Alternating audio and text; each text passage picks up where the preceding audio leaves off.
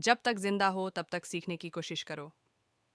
एक छोटे से गांव में एक आदमी रहता था जिसका नाम रवि था। रवि को बचपन से ही पढ़ाई में ज्यादा रुचि नहीं थी। उसका मन खेलने कूदने और मस्ती करने में ही लगता था।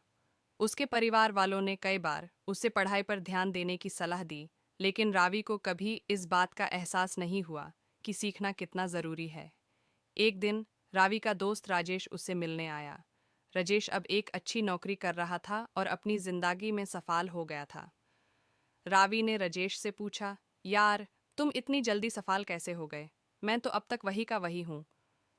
राजेश हंसकर जवाब दिया, रवि, सफलता का राज यह नहीं है कि तुम्हारे पास कितनी चीज़ें हैं, बल्कि ये है कि तुमने कभी सीखना बैंड नहीं किया। जब तक जिंदा हो तब तक अपनी जिंदगी से कुछ ना कुछ सीखते रहना चाहिए। रवि को राजेश की बात समझ में नहीं आई, लेकिन उसे लगने लगा कि कुछ तो गलत हो रहा है। उसने अपनी जिंदगी के बारे में सोचा और डिसाइड किया कि वो अपने जीवन में कुछ बदलाव लाएगा।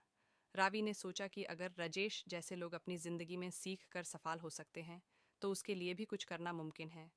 रावी ने पहली बार अपने गांव के स्कूल में एडमिशन लिया। शुरुआत में यूज़ बहुत मुश्किल होती थी, क्योंकि पढ़ाई में वो पहले से ही पीछे था।